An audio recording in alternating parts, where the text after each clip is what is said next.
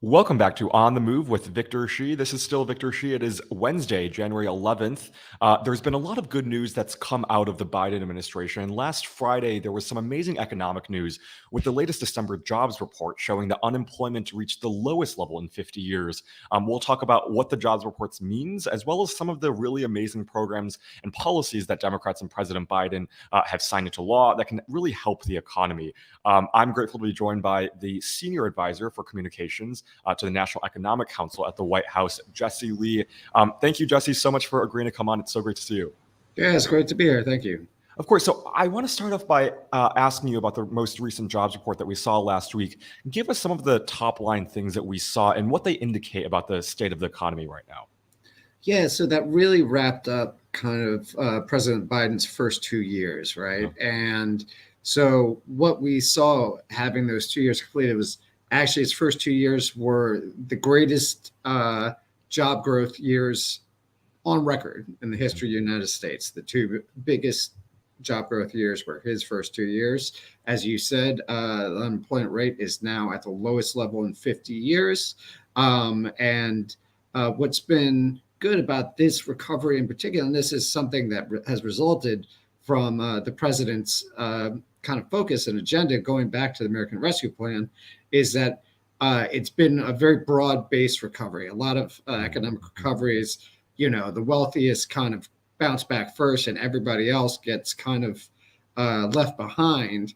And what we've seen is we're near historic record low unemployment for Black Americans, Hispanic Americans, younger Americans are getting right there at the lowest level in 50 years and, an inch away from the lowest level since the 1950s. Wow.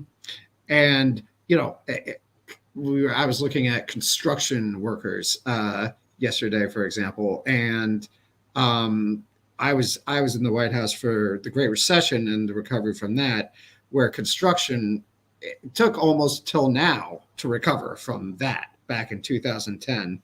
And now we have more construction workers working than any time in the history of the United States. So, and that's, building, rebuilding our infrastructure, rebuilding our supply chains, rebuilding our manufacturing here at home.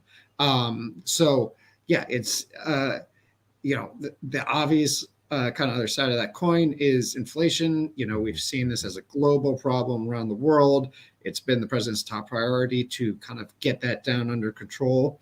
We're going to see the latest numbers for that tomorrow, but we've seen actual real progress for about the last 5 months, where month to month it's very low, and you're going to start to see that showing up in kind of the big headline, yearly numbers that say, well, it's been the highest inflation in 40 years. You're going to start to see that number coming down significantly, I think, just as we've seen with gas prices. Absolutely. So, I mean, it's remarkable what we saw with that latest jobs report. And I want to ask you about inflation in just a little bit. But before I do, walk us through how what we saw just last Friday with the December jobs report compares to what we saw 2 years ago before President Biden took office. How much of a better state is the economy in right now compared to 2 years ago when he first assumed office?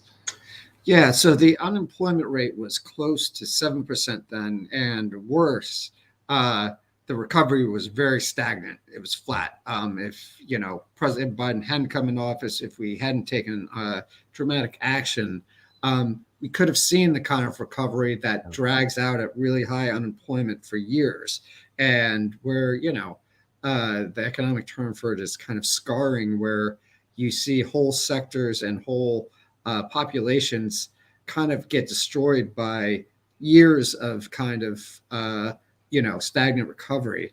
And we're now down from almost 7% unemployment to under 3.5%, which is to be frank, about as low as you can go. The lowest number in 50 years, but you're getting to a point where you're pretty close to full employment there. And again, you've seen inflation, but you've seen wages go up almost as fast. So, I think we're set in a place where, workers have a very strong hand to play if they're trying to get a good job and even try to move to a new job. they're likely to find a job that pays them well. And I think the way we look at it is after these last 2 years of challenges, because it didn't end just when Biden came into office. We saw these kind of unfolding challenges, left over from the pandemic, and of course Putin's war.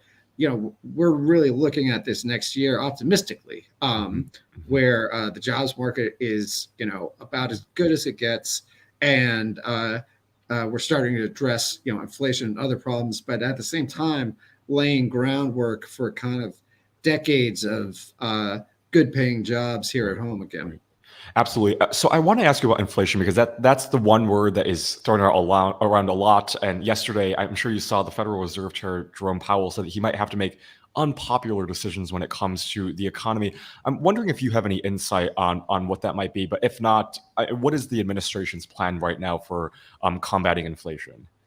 Yeah, so one thing I worked on a lot as soon as I came in during 2021 was the supply chain task force here in the White House, which oversaw huge ranges of activity from Department of Transportation to even DoD and everybody in between, to try to kind of unsnarl these supply chains where we saw at one point, over 100 ships circling around, the ports of Los Angeles and Long Beach. And that's down to basically zero now. And, we looked at every element of that supply chain, trucking for that matter. There weren't enough truckers. And so we went to work with them to train up and, do apprenticeships to get more truckers on the road. And, just everything you could think of. Meanwhile, the bipartisan infrastructure law is coming and helping us, rebuild the roads, rebuild the ports. Right. And I think you're starting to see the effects of that work where, we're not having those kind of supply chain problems anymore. And that's taking that pressure off of inflation and off of businesses. Mm-hmm. And of course, also, the president's actions on gas prices to combat what happened with, Putin's invasion of Ukraine and the effect on oil markets around the world, and the imperative to kind of cut off the oil funding supply for Putin. You've seen we're now lower than when Putin invaded in terms of gas prices. In fact, we're lower than we were, a year ago. Yeah. So those things combined, I think, have added up to a big difference where, frankly, you're still seeing really high, stubborn inflation in a lot of other developed economies, but we're starting to see some progress here. I think we are. I mean, yesterday I was actually driving around with a friend, and we're in LA right now for school, and we were driving around. We saw this one gas station, and my friend was like, "This is the first time that I'm seeing gas under $4 here," which is, I think, an amazing testament to, I think, how far we've come from the beginning of the war when here in LA the gas prices were $6-7. So yeah. I think it's starting to improve. And to me, I want to ask you about really quickly 3 big bills that President Biden has done to, I think, really help bring jobs back home, help the economy, and help American workers. And the first is the Inflation Reduction Act. The second, the Infrastructure Law. And the third is the CHIPS and Science Act.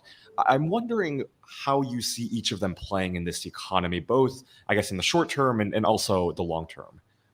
Yeah, I mean, I'm glad you asked. And this is something where we very much see these 3 bills as kind of interlocking and working together. And, I think it's really more than I think almost anybody would have bet on being accomplished, especially at this point in the presidency.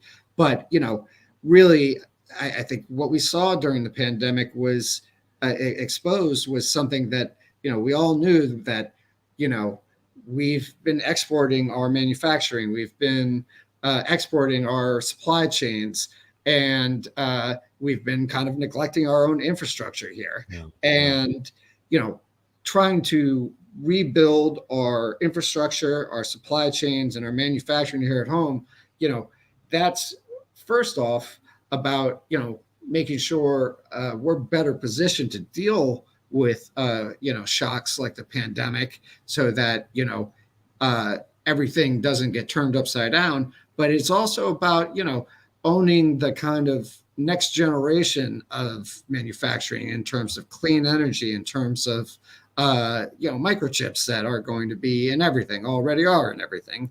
And again, you're seeing investments from both American companies and companies abroad investing in America of up to $100 billion. I mean, if you pass that $100 billion piece of legislation, people be like, wow, that's a pretty big piece of legislation. But this is private investment coming to different regions of the country, whether that's we just today have an announcement of a massive solar expansion in Georgia.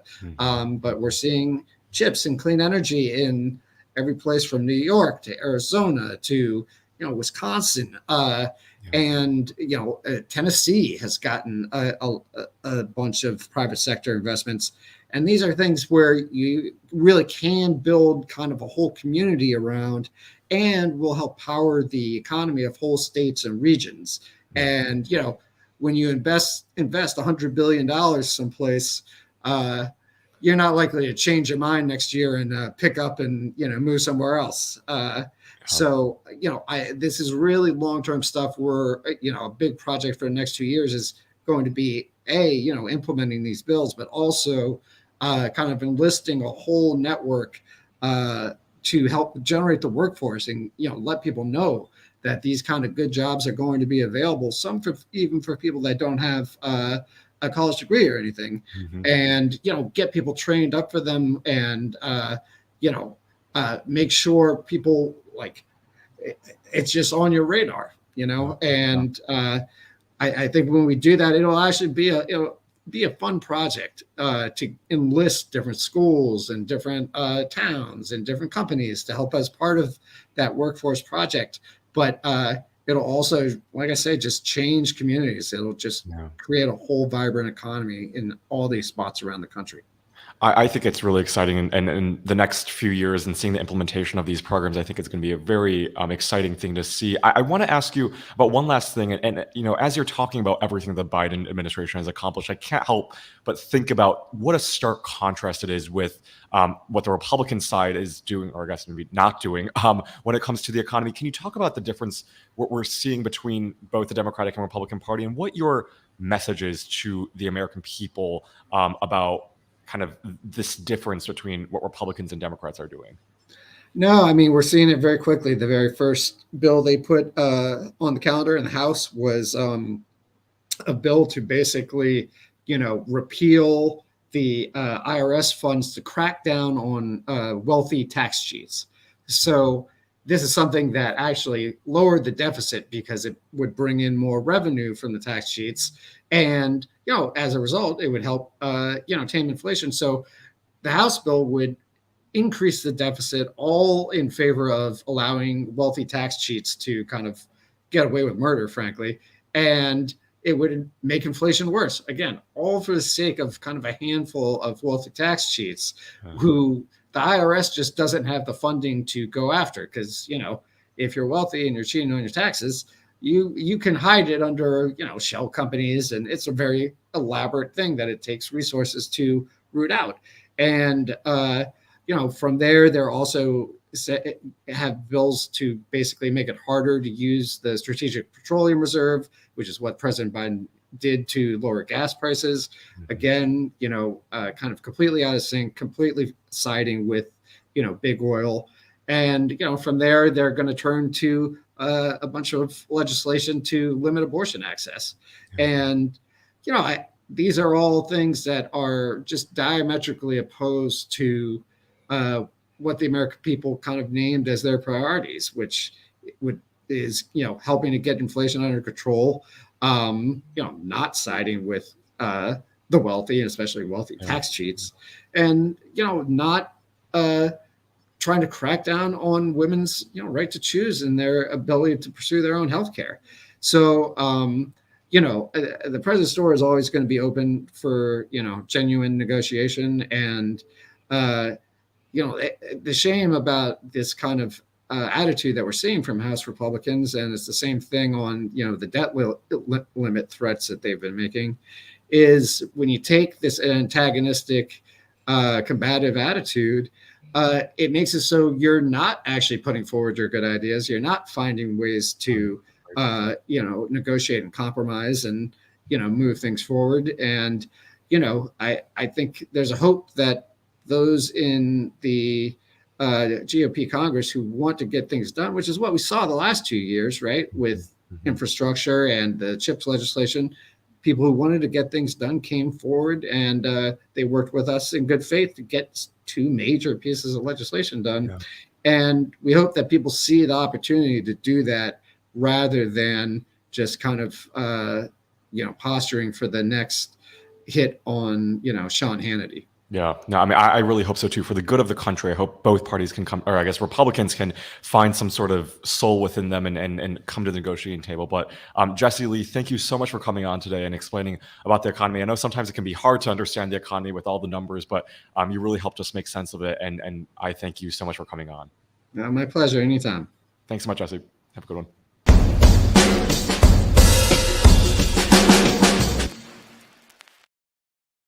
Okay, so let's get into some of the news of the day. There are some few things that I'm looking at. The first is yesterday I mentioned that my home state, Illinois, the state house passed the Protecting Illinois Communities Act, which is a historic gun reform legislation that would ban assault weapons. And yesterday there was some even better news. The Senate passed it, and J.B. Pritzker, our governor, signed it into law. And so now we have this bipartisan Protecting Illinois Communities Act signed into law, which would ban all assault weapons and also do a host of other things that would really reform the gun laws in the state. And so, look no further than Illinois and some of the Democratic states around the country. And I think those are going to be the states that are going to be passing some of the most progressive pieces of legislation in the coming months ahead. And so that gave me a lot of good news. And if anyone's from Illinois, there's a lot to celebrate, and hopefully other states will follow Illinois' lead because it's such an important piece of legislation. And I'm shocked that we don't even have similar things on the national level, but hopefully we can get that passed in the coming years ahead. I don't think anyone should be having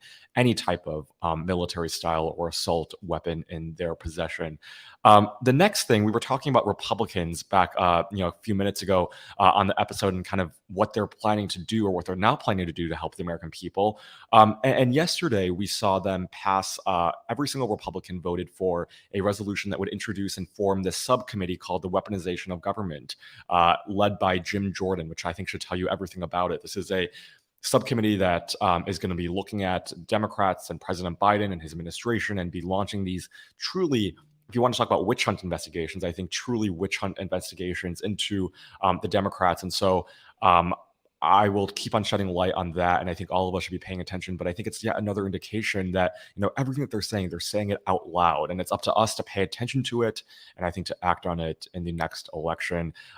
Today, the House will also be voting on 2 anti-abortion bills. One of the most outrageous things that came out of the rules package was that they would introduce a host of bills onto the House floor without any sort of markup or debate. And so now this is the first round of bills that we're going to see. They're going to vote on these 2 anti-abortion bills. And if it does pass, obviously it needs to pass the Senate and get the president's signature. But it's, again, Republicans are showing their true colors with these bills, not even bringing these for a markup or any sort of debate. And so it's just kind of this intentional aspect of Republicans trying to take away rights, and they're still trying to do it. And so Gen Z is going to be paying attention. You saw that happen in 2022 with the midterm election. Republicans tried to do that in 2022, and they still haven't learned from their mistakes. And so I think it's a concerning thing, and I'll definitely keep you all posted on what happens with that.